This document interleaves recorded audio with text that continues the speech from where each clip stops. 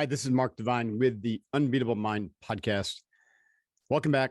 Thanks so much for joining me. Appreciate your time and your attention today. If you like this podcast, please refer it to a friend. And it's helpful if you go rate it. We have over 1,000 5-star reviews on Apple, and we're also now available on Amazon, so you can rate it there if you listen to it there. Today, I have a solo podcast.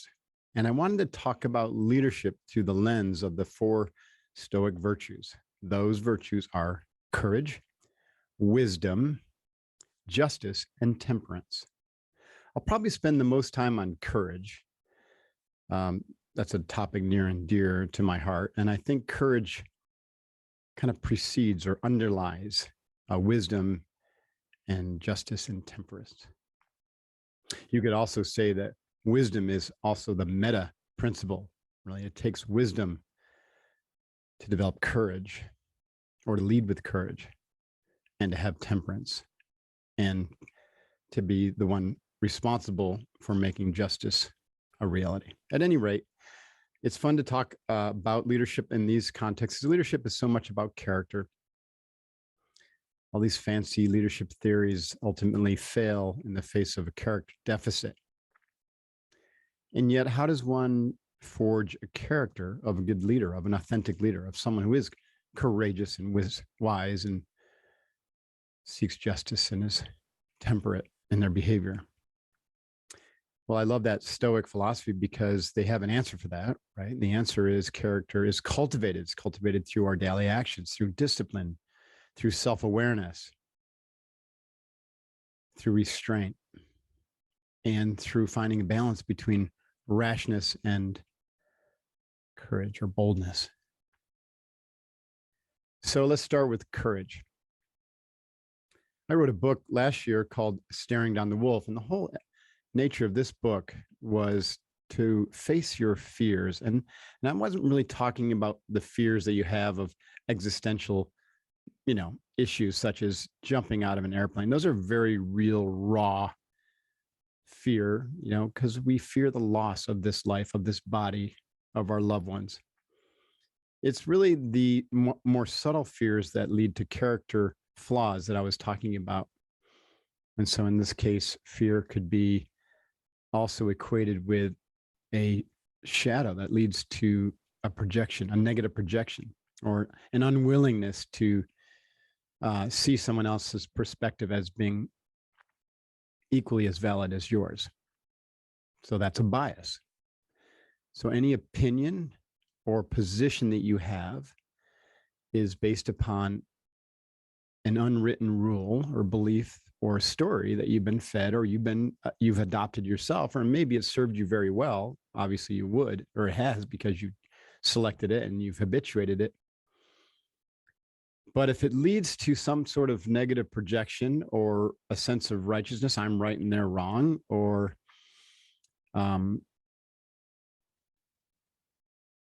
any type of separation where you're excluding somebody, then that's based upon a fear, an underlying fear.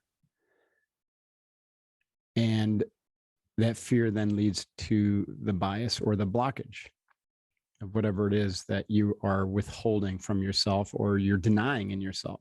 This is basic shadow therapy type stuff. So in order to develop courage, courage can't exist in the face of fear, because fear will always override courage, the type of fear I'm talking about. So really, the first step to developing courageous leadership is to stare down our fear wolf and ask ourselves, what are my biases and blockages? And what are the stories that I've been telling myself that are incomplete or keep me from being less whole, less integrated, and less able to have an open heart toward the way other people see things? So in that regard, courage is a choice.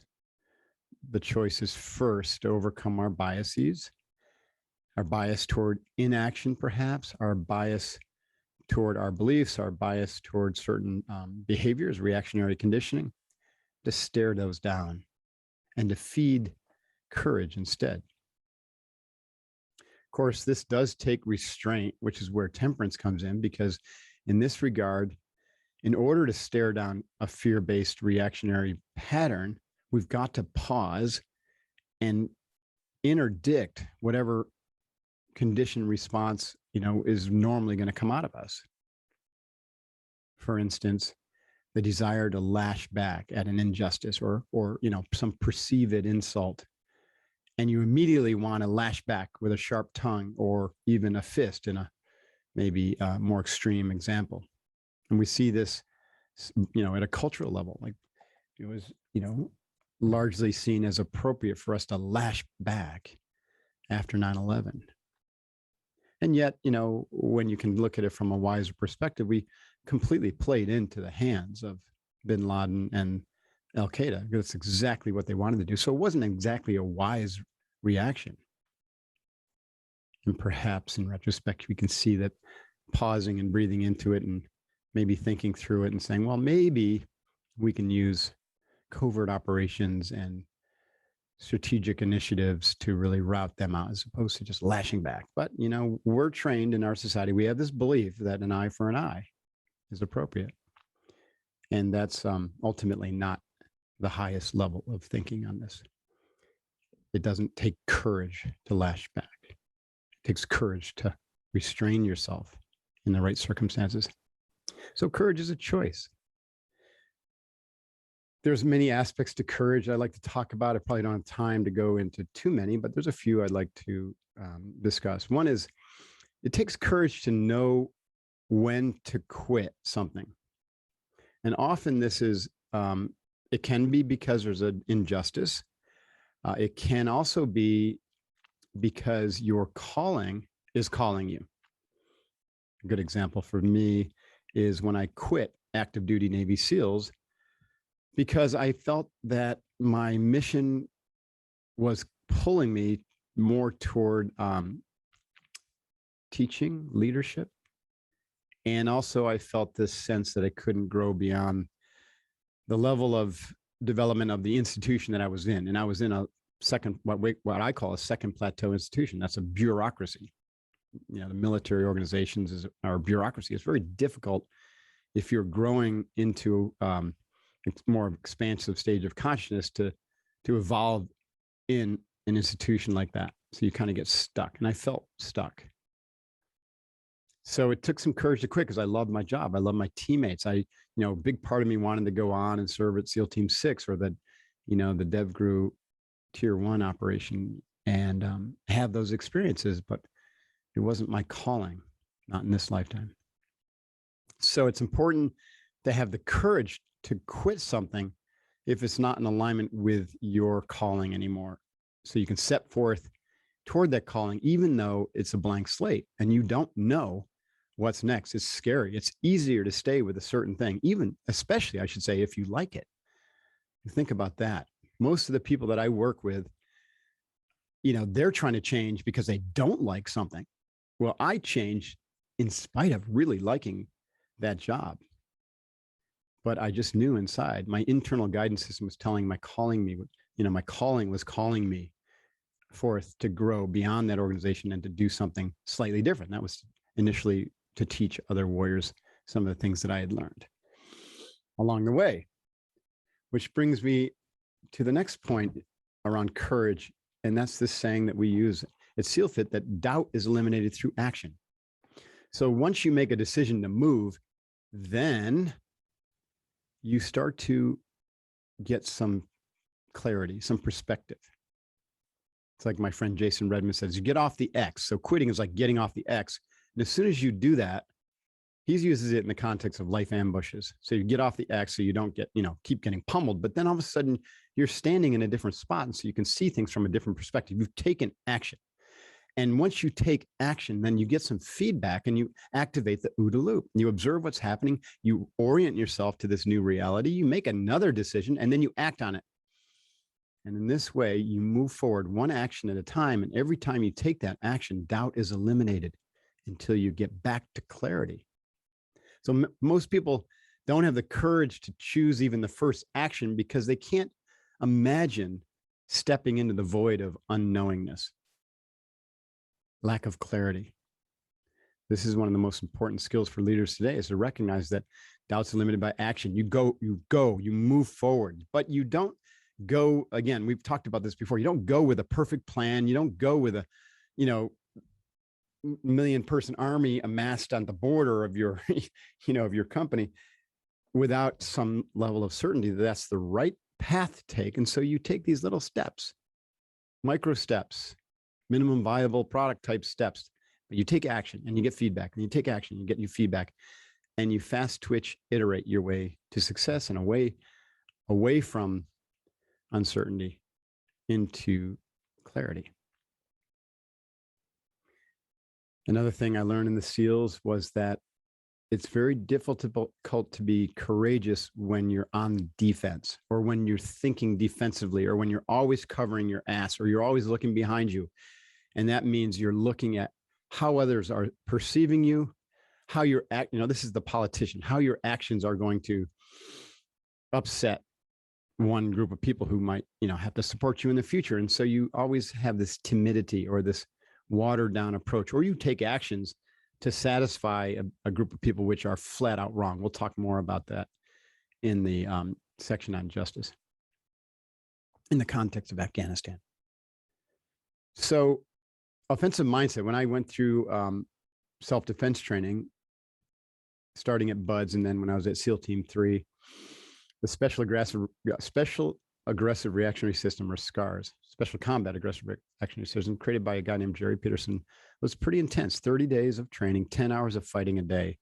None of it was defensive. And so it helped us eradicate defensive thinking to include words that were defensive. When it came to fighting, we didn't use words like block or fall back, right? We were attack. And an outsider might have been looking at us and saying, well, look at that movement, look like a block. But in our minds, we were trying to shatter that person's arm. So we weren't bringing the energy of a block. And furthermore, we weren't waiting for the strike when that arm, when our arm went up to meet their arm. We weren't waiting for the strike. We were attacking the arm.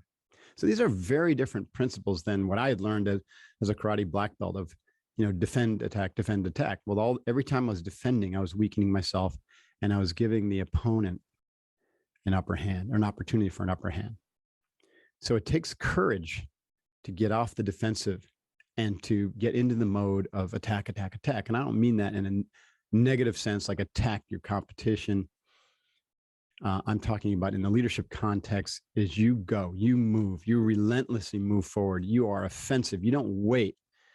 You don't wait to see what your competition is doing. You don't wait to see how the market's going to always react. You move, move, move, move, move. And you allow the feedback to roll in as you're moving. So you become a moving learning machine with an offensive mindset. I also learned that, with this approach, you might lose or fail 49% of the time, or even 50% of the time. But it doesn't mean that you go nowhere, because those 50% of, what you would say things didn't work out equals failure had an equal silver lining of a lesson in it, embedded in it. And so to learn to find the win, to find victory where it's at. And even if something is a complete catastrophe from the perspective of mission, what we wanted to accomplish, there is a seed of equal value. And that's the lesson. What did we learn? And simultaneously, when things go bad, the leader needs to own his shit and be responsible for finding the victory where it's at. And so what that looks like is, wow, what a freaking disaster that was. I own this because it was my idea, my mission. But look at what we learned. And how can we use this to our advantage? What new techniques or tactics or SOPs can we develop from this? What is it? How does it inform some of our other initiatives? How does it inform our overall strategy? Find the silver lining, own your shit, and then give credit to the team for the success of that failure. I love that. All right. So you got to face your fears, courage of choice. Sometimes you got to know when to quit, and that's when your calling is calling you. Action eliminates doubt. develop an offensive mindset, own your shit, give credit to the team. And one last point is fortune favors the bold. Like that is a statement that has been echoed throughout history. And what I would say to kind of add to that is fortune favors the prepared, not necessarily just the bold. It's a lot easier to be bold if you're prepared. This is why I'm such a fan of the Spartans' version of Stoicism, is they were relentless in their preparation. And with Navy SEALs and my SEAL Fit training, we're relentless in our preparation. We suffer today so we don't have to suffer as much tomorrow. We work hard to master our skills every day so that when we're under extreme pressure and the risk is really high, those skills are there for us and we have confidence. So fortune favors the prepared. All right. Moving on. With the rest of these, I'm going to reference some other people besides myself. I'm tired of talking about myself here. And besides, others are a lot more wise and temperate and inclined toward justice than I am probably. So let's talk about wisdom. The second, well, I'm not sure if it's the second. I don't think these virtues have any order, but it's the second one I'm going to talk about. There's 3 points that I want to talk about with wisdom. One is inclusiveness. The second is perspective. And the third is self-awareness or self-study. So when I think of inclusiveness, like we don't have a very inclusive world, right? We are operating on ego and ethnocentric levels as a world. But the wisest individual that I've ever studied or come to know, not personally, is Jesus. And Jesus was, he was born a Jew, but he was a man of the world. Obviously, he saw the goodness in everyone. He was utterly inclusive, and then became very, very critical of, of the legalistic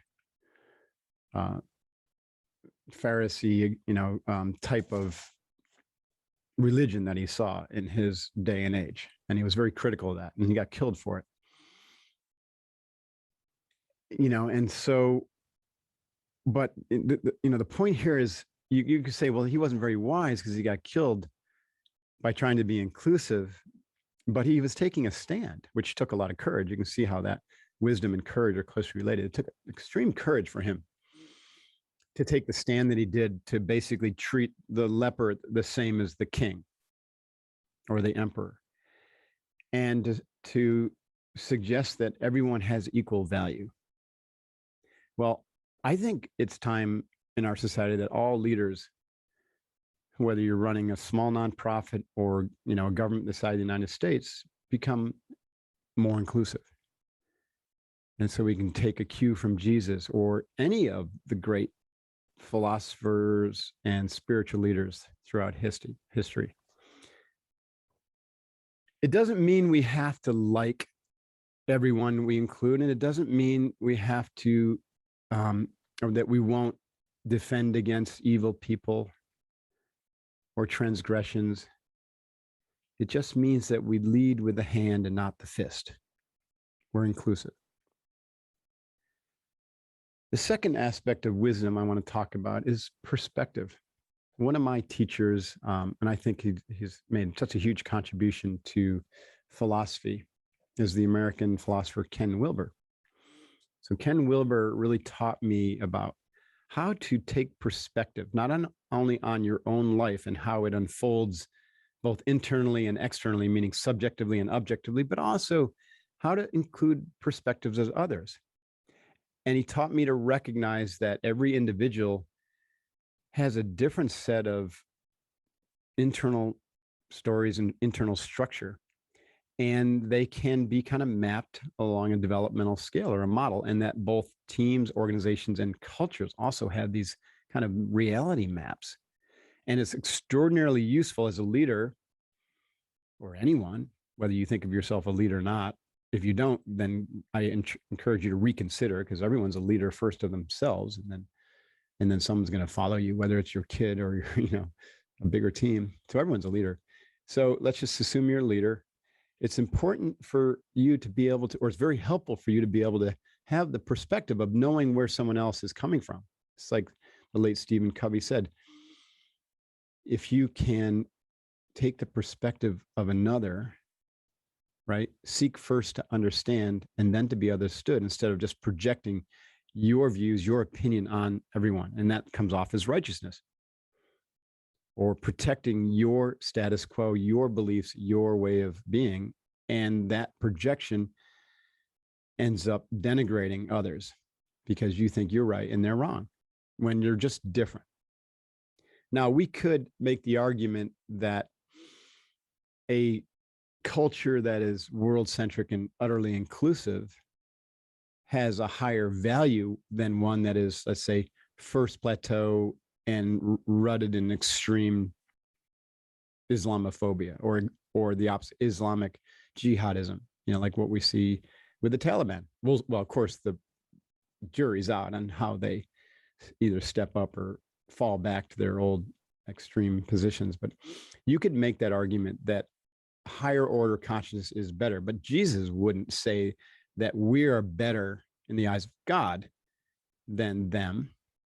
But there is, this rationale that at a universal value level, higher order of consciousness is better for humanity. And so I do think that there is a day where we might be able to have a different approach to bringing the rest of the world up to the world-centric, inclusive level of cooperation and universal care and compassion, where we are all one human race fighting for a common good, as opposed to fighting each other based upon our perceived differences. But obviously, the approach that we've tried in Afghanistan, where we imposed our will and tried to create a Western style government / culture, it wasn't working, and it didn't work because we lacked perspective. We were trying to impose a Western culture on a culture that wasn't ready for it and didn't necessarily want it. Now, having said that, there's extreme positive that came out of that, because we have a whole generation of women and girls who experienced some form of freedom, and people who were really inspired and got educated and whatnot. And so those are the kernels of goodness that'll come out of that mission. I'll talk more about that in a moment. The last is for wisdom I want to talk about is self-awareness and self-study. Self-awareness and self-study helps us really understand who we are and what our place in the world is. And so it leads to humility. And humility is one of the most important characteristics of a great leader. And it may be sorely lacking in our world today. So self-study is the daily introspective work of asking good questions and reflecting upon how things are going with the way that you're showing up with people, and how your words land. You take responsibility for what you say, as well as for how your words land. And you watch how people react to you, and you reflect upon that. That's self-awareness. It's also, studying your mind. This is the whole starting point for Unbeatable Mind. Our training is to study your mind. How does your mind work? How do you integrate contextual thinking with content linear thinking, so that you can have greater perspective and more awareness when you're actually thinking, planning, talking, strategizing, etc. How do you open up to the wisdom of your heart and your intuitive brain, your belly brain? So that all comes through self-awareness, and self-awareness leads you to recognize that you're capable of 20 times more than you think you are. So that's amazing. But also that there's this sameness that runs through all of us. This kind of goes back to what I was talking about a moment ago. And so and you also recognize the vastness of the universe, of the galaxy, of the cosmos, and how, in spite of your intense potential, how infinitesimally small we actually are. And that really helps us tame our ego. And the tamed ego is simply a personality that knows its place and can always choose the positive course, the inclusive course, the course that has greater care and compassion and inclusiveness. And, I learned this through yoga, but in particular, Paramahansa Yogananda. When I heard that the only book that Steve Jobs carried on his first iPad, the first generation iPad, was Yogananda's Autobiography of a Yogi. And that was the first book on yoga that I read back in 1999. No, yeah, 1999. And it really opened up to me what yoga truly was beyond some of the hot yoga and Ashtanga yoga that I had participated in, which is the stretchy, bendy, athletic yoga. This is true yoga, and Yogananda taught me about self-awareness. Yoga is the oldest science of mental development, thousands of years old, and it's powerful. So that's wisdom of Jesus to be more inclusive, wisdom of Wilbur to be able to take the perspective and even see the perspective of other people's as they see you, so that you can come to greater perspectives or win-win solutions, and the wisdom of developing self-awareness through self-study and knowing your place in the world that I had learned from Yogananda. All right, let's move on to justice. There's a lot of talk about justice these days and equality, and it's all really important. It is. Justice to me is doing the right thing. This is another way that I've seen leadership differentiated from management, is like leadership is doing the right thing. Management is doing things right or efficiently. So leaders need to always think about what's the right thing. Now, this kind of goes back to courage. This is how these are all related. It takes great courage to do the right thing if there's risk. And often there is risk to your reputation, risk to, if you're a politician, to your fundraising efforts, i.e. career risk. If you're a CEO, of failure or of being seen as weak, there'll always risk to, if you're going to do the right thing. But the Stoic principle of justice says that we must do the right thing. That statement, silence is violence. When I first heard that, I was like, ouch, that's interesting. So let's talk about both these. So that's the second point, is justice requires risk. To do the right thing requires risk. And if you don't risk, if you remain silent, then that could be perceived as a lost opportunity to do the right thing. And we see that every day. When I come upon like an accident or something like that, and this has happened a few times, and I pull over to do something about it, I'm not always the first one there. And the other people there are like got their cameras out and they're taking pictures or videos, and they're not doing anything. Now I understand maybe they're not trained, but wow, they're not doing the right thing. Now, to be fair, one of them probably is called 911. That's great. So that's the right thing. But the rest of them are standing around videotaping it. And I get out and try to do the right thing. And so think about that. There's always risk, but just doing nothing, even if you're not trained, is not the right thing. And this idea of silence is violence, when I saw that Floyd video, the police kneeling on his neck, and his partner is just sitting there. And nobody, I can imagine, like, if I was there, if I was there with some teammates, we would have, at great risk, would have taken out that cop. Like, that was an incredibly, insanely violent thing to do. And I know, people in uniform are trying to keep the peace and everything, but that guy was distorted. He had some serious issues going on, let's just say. And to sit around and to watch that happen, it's not, that's not right. And so then, of course, that triggered a massive reaction of, the whole Black population seeking justice, rightfully so.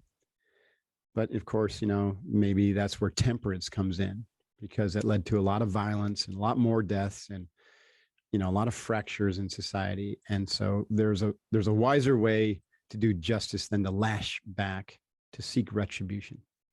Which brings me to my third point about justice: is retribution isn't justice. An eye for an eye is not justice. It feels good, but it's not, because it's negative. And anytime you meet force with force or negativity with negativity, you end up with a worse situation. It compounds itself. Forgiveness, on the other hand, is the absence of a projected violence, of the need for retribution, of the need to get back at someone, of the need to make someone else wrong so you feel right or vindicated. So forgiveness doesn't require any action. It just requires that you don't take the negative action. This is profound, right? So people thought to think like forgiveness is something you have to do. No, forgiveness is not doing what your lower ego mind wants you to do. So that requires restraint. So by not doing the retribution and just letting it go and finding another way, you know, a good example is Nelson Mandela. Nelson Mandela could have tried to take retribution against those who incarcerated him, tried to kill him, and he didn't. He let that go and allowed forgiveness to enter. Contrast that with, Navy SEAL Eddie Gallagher, who rightfully was abhorred with, some of the atrocities he saw, but, taking retribution was his answer, and that was not good, and it got him into a lot of trouble and put a huge stain upon the Navy SEALs. All right, let's move on to temperance. Okay, this one's kind of fun. Now, temperance to me is restraint from overreactions. We've already talked about this a little bit in the context of justice. I love this quote from Marcus Aurelius. Perfection of character is to live each day as if it was your last, without frenzy, without apathy, and without pretense. So if today was your last, would you go out and have a bacchanalian feast and, get all shit out? No, especially if you lived yesterday like this and the day before and the day before and the day before. If you lived today as just your last, you'd be restrained. You'd be asking yourself, what's the most important thing I can do today? How can I fulfill my purpose even more today? And how can I be open to love and be present with my family and my team today? And how can I be a wise individual, willing to teach and lead by example today, because tomorrow I might not get another chance? That's great restraint. And restraint, another word for restraint is discipline. So that's the second principle that I'll talk about in temperance, is discipline. I'm a big fan of discipline training. Like Navy SEALs are like the modern Spartans. We train ourselves every day in a disciplined way. And we do it so that we can master ourselves in service to our mission and our teammates, in that order. So discipline is literally to be a disciple to something bigger than yourself or higher than your ego's cravings and desires. And you set those aside and you train and you balance and you restrain from the desire to sleep in. You restrain from the desire to eat that extra slice of pizza or two, or have that extra beer or two. You restrain from that to maintain discipline so that you can, train and be ready and be prepared. You master yourself physically, mentally, emotionally, intuitionally, and spiritually, as you understand that term, so that you can serve your mission that you've committed to, that your calling has drawn you toward.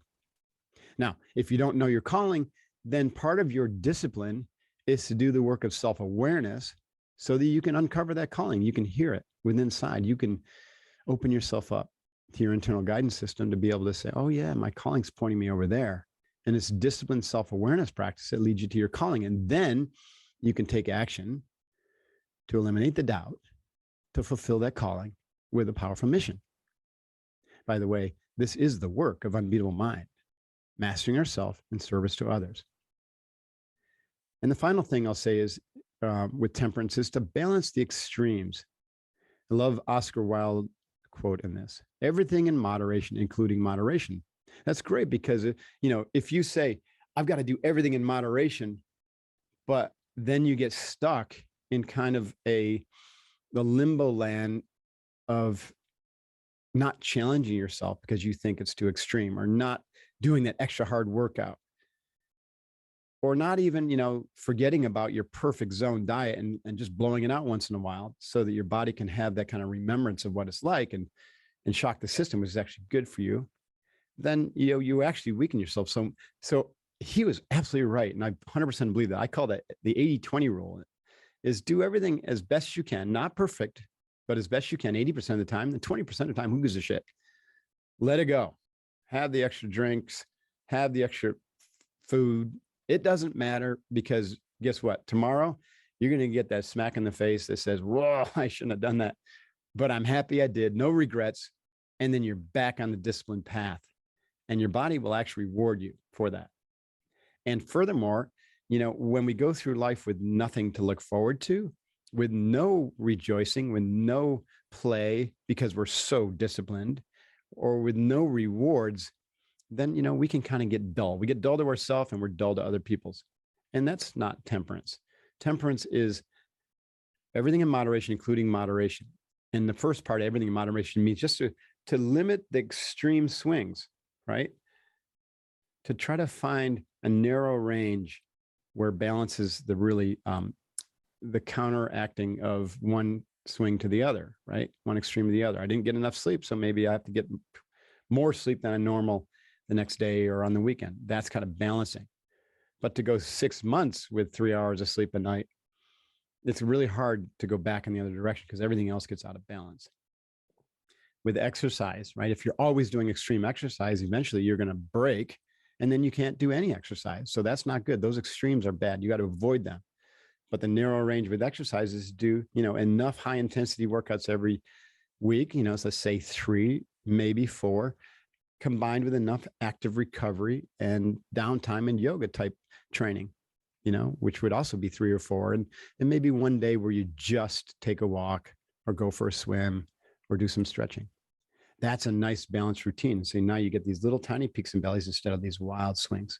So temperance, balancing the extremes, everything in moderation, including moderation, disciplining yourself to master what's important to you along the physical, mental, emotional, intuitional, and your spiritual lines of development, so that you are ready to serve, and you can serve more boldly with courage, and you can serve with wisdom. And then you can also promote or be the facilitator of justice when justice needs to be done. I hope this was interesting and helpful. I appreciate your support. Like I said, if you like this podcast, please refer a friend, send them this podcast, send them others, and help us rate it, and stand by for more goodness. This is Mark Devine in the Unbeatable Mind podcast. Till next time, stay focused and be unbeatable.